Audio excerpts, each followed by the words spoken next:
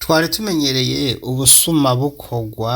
n'abahungu bari mu Burundi biba abamama abakobwa bari mu bihugu by'abarabu bwo ku matelefone cyane. Ubu rero haje agahebuza kubera ko hariho n'abari mu bihugu by'abarabu b'abagore n'abakobwa bafise ingendo canke batangiye ingendo yo kwiba nabo bakoresheje ubu Escro bakiba bari mu Burundi canke bakiba n'abandi bantu bari mu bindi bihugu. Hano rero ngoma ndabahe akarorero kamwe mwumve uyu mufunga kiwane kazi ivyo yakoreye umuntu ari muri Zambia amwiba inoti. Twagiye mva rero nkubwire ikintu wanje nkubwire ikintu ushaka ukimfasha. Narumvise Zambia ko abarimi kashe bariyo urumva mfashe undungikire amahera umuntu aza gutora mu gihugu 150 sivyo. Ndafise ikibazo ndafitanye ikibazo n'umuntu mukuri sinjyama rero ubu nifite ibibazo byanje by'umutima sinshaka ko n'undi muntu aca gumashiramo ibindi bintu hamaje mu ko mpembe sigaje iminsi nzokuma nca ndagushirira ku nyungu mukuru uzobukoze aha n'ubu nokwereka ya telefone nase kwitaba none yanyandikiye yose ndakubona ku murongo ntumvugisha ndakubona ku murongo ntitaba nanje ibyo bintu biramvuruga mu mutwe urumva mfasha undungikira izo dolari ntubwe 46 ya jenzo chamenye zo ndenza ko mukurungika hama ucumbwira nimba ndatanga mu gihugu canke nimbwira ati uvyandungikira jewe no ko kurungika amaheri Zambia naho nyine mu Burundi bararungika nta ngorane ubu mfashije basi yaba sinzi hiyo wanyu nuko nyene ntamenyeranye n'abantu yaba hariho n'abaje abantu usanga akotesha amahera ayaguha akakubwira ati yungukaye makanyemerere uko kubwanje nari maze iminsi munyagisha ndamubwira ati burindiriye igihe nzoronkera kamahera ariko ngo afite ibibazo uratse umuntu afise umugore n'abana mu buzima bwo mu Burundi n'ingorane none arambujije amahoro nanje ubu sinshaka ibintu bintera stress kuko simbashaka kuja mu bintu vy'ivyiyumviro mukuri nani hatazi ariko unyemerere ntabwo nasa no gusoma mu message yiyo amajana 990 tubonye amajana 920 ndarabikora ndabizi jewe ko nabikora iyo ntakoresheje avunjayi ndungika muri Tanzania ndafise umuhungu ashiza kuyatora mu mabanda acize kuyatora mu ishiringa hanyuma akaciyavunja ariko rero cyo bamenya cyo ishiringa no munsi bifuza ku mupaka hariya ku mupaka ajya kumugina no mabanda avunjaye ba afise itegeko ko ari kuvunja ishiringa ishobora kuja hasi amarundi akaja hejuru mu majambo make umuntu arongetse nk'ibihumbi 100 by'amashiringa nitegeko ko atora ibihumbi 90 by'abarundi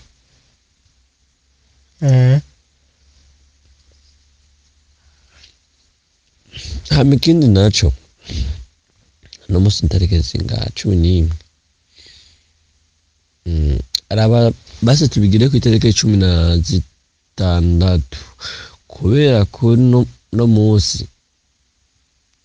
kuri rokenze hari umuntu ushaka guhereza amafaranga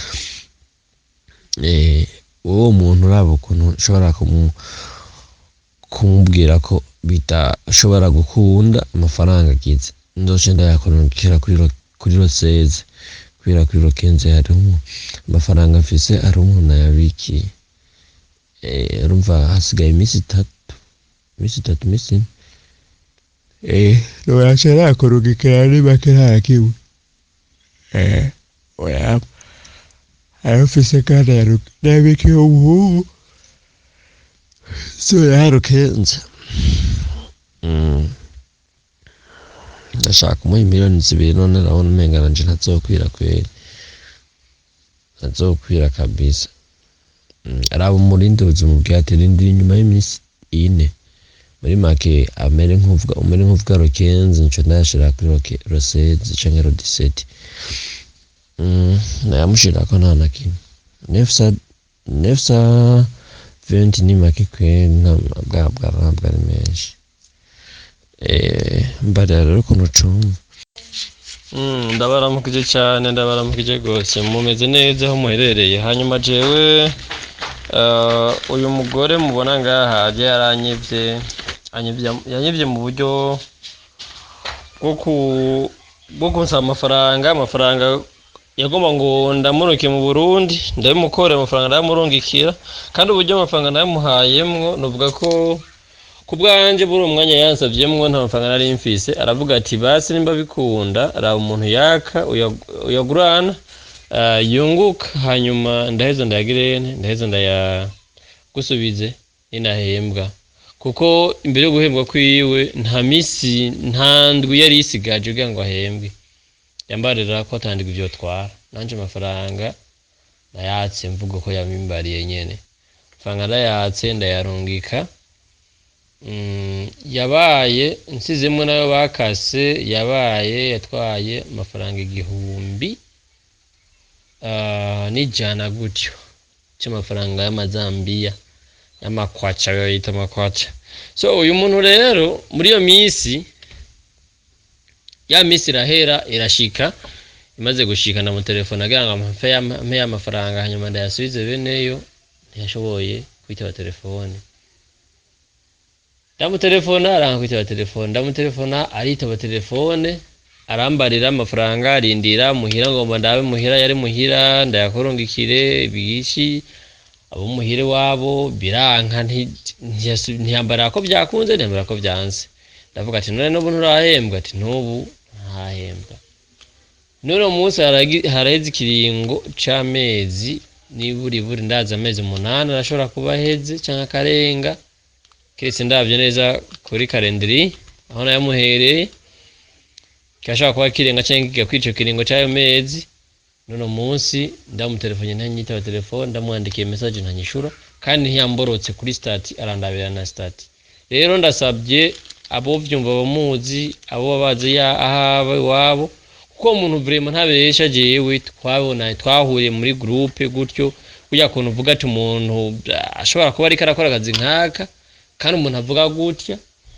nta busuma. Muri make ndiko rubu ko twaganira, twaturi benshi muri groupe, muri make twatoranye turabagenzi, turamenyana.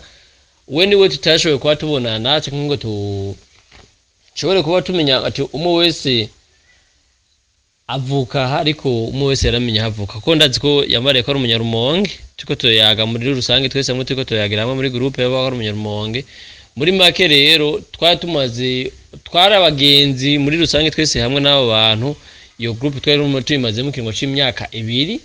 gutyo, rimwe twaratakarana tugatorana ku Facebook gutyo. None kugeza no munsi uwo muntu sinzi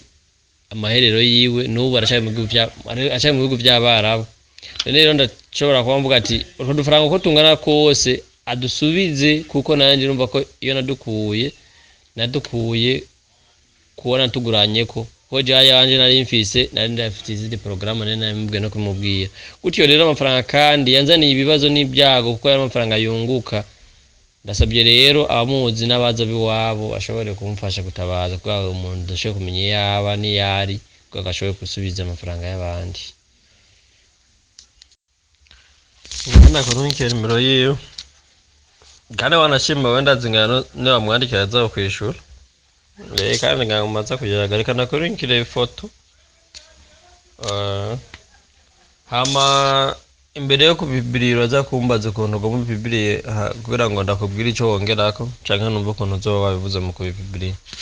Ikindi kiza kubisaba Daniel bibiriye nawe nyene mbona umenga kurikirwa n'abantu benshi cyane,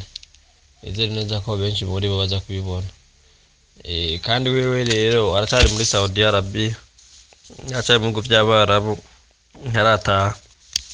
Uwo mutama ari kumwe n'aba bana ni sekuru wabo, uwo ni se wiwe, uwo bari kumwe n'abanyarumonge n'umunyarumonge.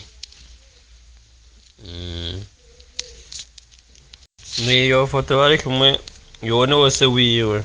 ariko munabuze ku rubiwe. Rero uwo muntu ntago tuzinanye, ntago namuzi, nibijya bintu nyene ushobora kumenyana n'umuntu ko mukamenyanira muri rusange, mukamenyanira muri groupe nyene. Rero kumva imvugo ko muri ko muraganira ukibaza ati n'umuntu w'ubuntu, kubera ko aho twaganira ibyo twaganira turi benshi, bamwe muri bo twarabonanye, bamwe muri bo n'abagenzi twari uraho yabananije ari umugenzi umuhungaraha yabananije ari umugenzi n'ubu turi kumwe no nyene. Abandi nabo urumva ntitwashoboye kubonana kubera ko sindataha mu Burundi. Ikibazo rero uwo nawe nyene mu bagenzi gutyo nyene, uwo munsi umwe rero ngira ngo hari haciye twaramenyanye haciye ikiringo c'imyaka 2 menga, ndaca mbaza gutyo nanje cyenda mwishaka gutinga ngo audio nimba zo wazikurikiranya, maze ati imboro nk'amafaranga ngana n'ibihumbi 150 we yandungikira, hanyuma ayo mafaranga nkahembwa nca ndaguha nyuma ndaje ati nta n'imisi 5 haca ndambwira nta mafaranga mfise mu no mwanya nambeshe, usibye ko nava mvuga ati reka ndagusabire numve canke nza kukuronderera. Avuga ati nimba hari umuntu yoba yafise yakotesho yansabire ndagira nte nzoyasiya ko n'inyungu yayo. Ewe rero ndavuga ati kubera ari amafaranga make ku muntu ari hanze bagabo umuntu muri bihugu by'Abarabo n'imigambi yambara ko ari karakora, ndavuga ati ndazi ubwo bujyaje ntabwo yokora. Ewe candakanagana gutora ya mafaranga ndayamushirira ko ibyambi 150 ndayamuguraniriza ndayashirako. Haciye ya misi ndambwira ati wa muntu arakeneye amahera ko navuze ati ntazonatewa no guteba kwezi kwa mbere kure no kwa kabiri no kwa gatatu no kwa kane no kwa gatanu gutyo none munsi na message ntiyishura gushi cyo gutangaza rero kuri stati iwanje arandabira stati ndamwandikiye ntiyishura telefone wapi. Umva nuko rero